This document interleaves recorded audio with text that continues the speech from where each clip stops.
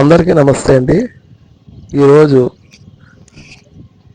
వరి ఎదజల్లే పద్ధతిలో మనం ఎదజల్లిన తర్వాత 18 రోజుల నుండి 26 రోజుల మధ్యలో గడ్డి మందు అంటే కలుపు మందు అయితే కొట్టాల్సి ఉంటుందండి.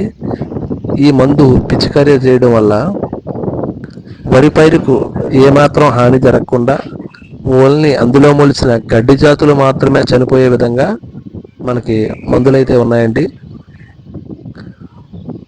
ఆ మందుని మనం ఈ విధంగా పిచికారీ చేయడం వల్ల ఈ యొక్క మందు కలుపు యొక్క కాండం మీద బెరడు మీద పడి కిరణజన్య సంయోగక్రియ జరిగినప్పుడు పూర్తిగా మొక్క అయితే చనిపోవడం జరుగుతుందండి. వరి మాత్రం ఏ విధమైన హాని జరగదు, కలుపు జాతులు మాత్రం మొత్తం చనిపోతాయి. ఈ ఎదజల్లే విధానంలో కలుపు అనేది ప్రధాన సమస్య అండి రైతుకి.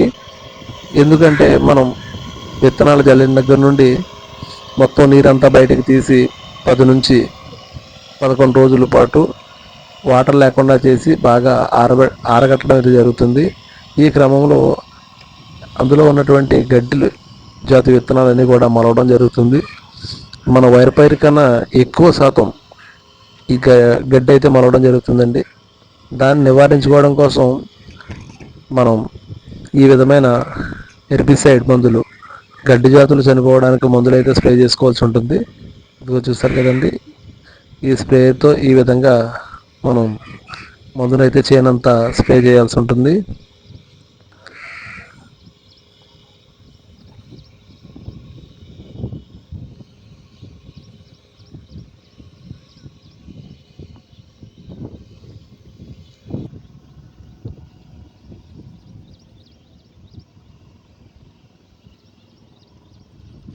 ఈ కలుపు నివారణకి చాలా రకాల మందులు అయితే ఉన్నాయండి.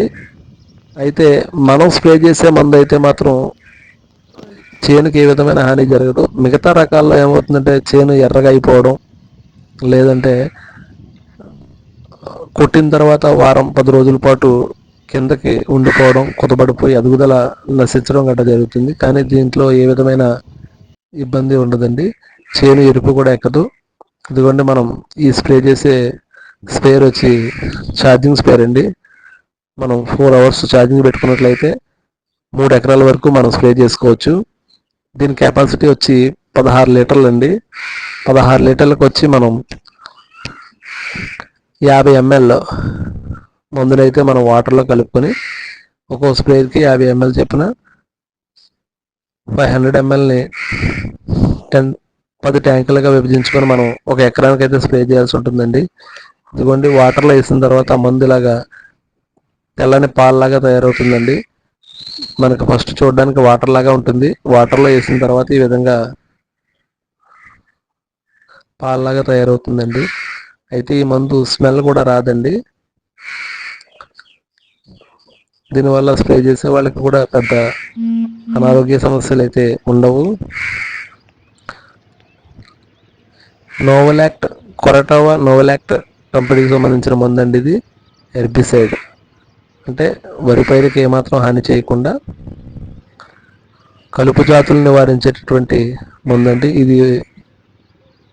500 ml అండి.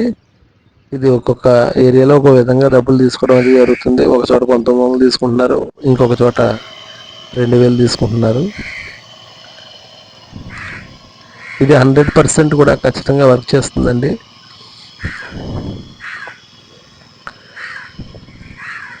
కలుపు నివారణకి, ఎదజల్లే పద్ధతిలో కలుపు నివారణకి అద్భుతమైన మందు అని చెప్పుకోవచ్చు ఇది. అయితే మనం స్ప్రే చేసే విధానంలో మొత్తం గడ్డంతా తడిచే విధంగా నెమ్మదిగా 10 ట్యాంకులతో నెమ్మదిగా చేనంతా తరపాలండి. ఈ విధంగా తడిచేటట్టు పిచికారీ చేసుకున్నట్లయితే మనం కలుపునైతే నివారించవచ్చు. ఈ విధంగా మనం రేపు మందు కొడతాం అనగా ఈరోజు మొత్తం మన పొలంలో ఉన్న నీటిని అంతటిని కిందకి తీసేసి ఈ విధంగా అయిన తర్వాత వాటర్ మొత్తం పోయిన తర్వాత మనం ఈ విధంగా గడ్డి మీద మొత్తం పడేటట్టుగా స్ప్రే చేసుకోవాలండి. చేసుకున్న తర్వాత 24 hours వరకు నీరు పెట్టకూడదు. తర్వాత ఫుల్గా గట్ల మీద నుంచి పొర్లిపోయే విధంగా గడ్డంతా కూడా నీటిలో మునిగే విధంగా ఒక 2 days వాటర్ అయితే పెట్టి ఉంచాలండి. మన వాటర్ ఎంత ఎక్కువగా నిలగడితే అంత రిజల్ట్ ఉంటుందండి.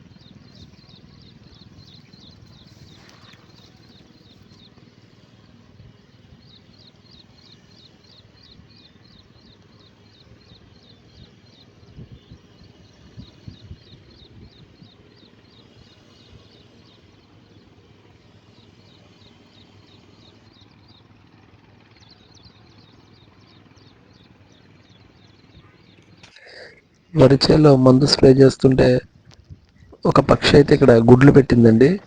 ఇవి చూడడానికి కూడా చాలా డిఫరెంట్గా ఉన్నాయి. నల్ల నల్లగా బ్రౌన్ కలర్లో మీద ఉండి నల్ల నల్ల మచ్చలు ఉన్నాయి. ఇవి ఫస్ట్ ఏంటని చూసాం. ఇవి గుడ్లండి, పక్షి గుడ్లు. అక్కడ ఉన్న చెత్తనంతనే పోగొట్టి కొంచెం ఎత్తైన ప్రదేశంలో గుడ్లు అయితే పెట్టడం జరిగింది. మీరు ఇక్కడ చూసినట్లయితే ఇదిగోండి చూడండి, ఇదంతా కూడా గడ్డేనండి. ఇందులో మనకి పెద్దగా ఉన్నటువంటివి తప్ప వరి పైరు, మిగతాదంతా గడ్డి అండి. ఇంచుమించు ఈ గడ్డి రకాలన్నీ కూడా ఇందులో చిరుతుంగ, బొడ్డుతుంగ, లింకుల గడ్డి, ఏనుగు ముఖాలు, ఇలా రకరకాల గడ్డి జాతులు అయితే ఉంటాయండి. ఇవన్నీ కూడా చనిపోవడం అయితే జరుగుతుంది.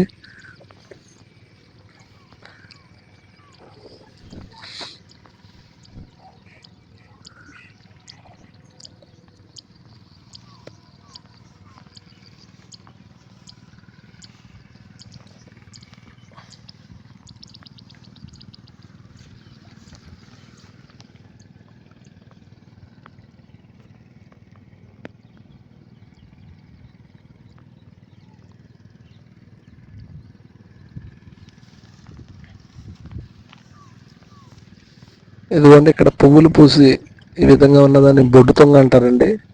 ఈ తుంగ కూడా దానికి చనిపోతుంది. నెంబర్ 1 మందండి ఇది.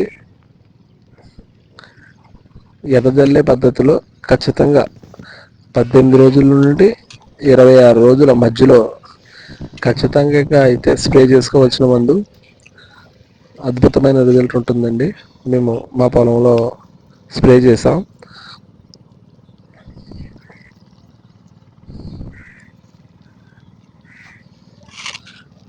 మా వీడియోకి నచ్చినట్లయితే కనుక లైక్ చేయండి, సబ్స్క్రైబ్ చేయండి, షేర్ చేయండి. Thank you for watching.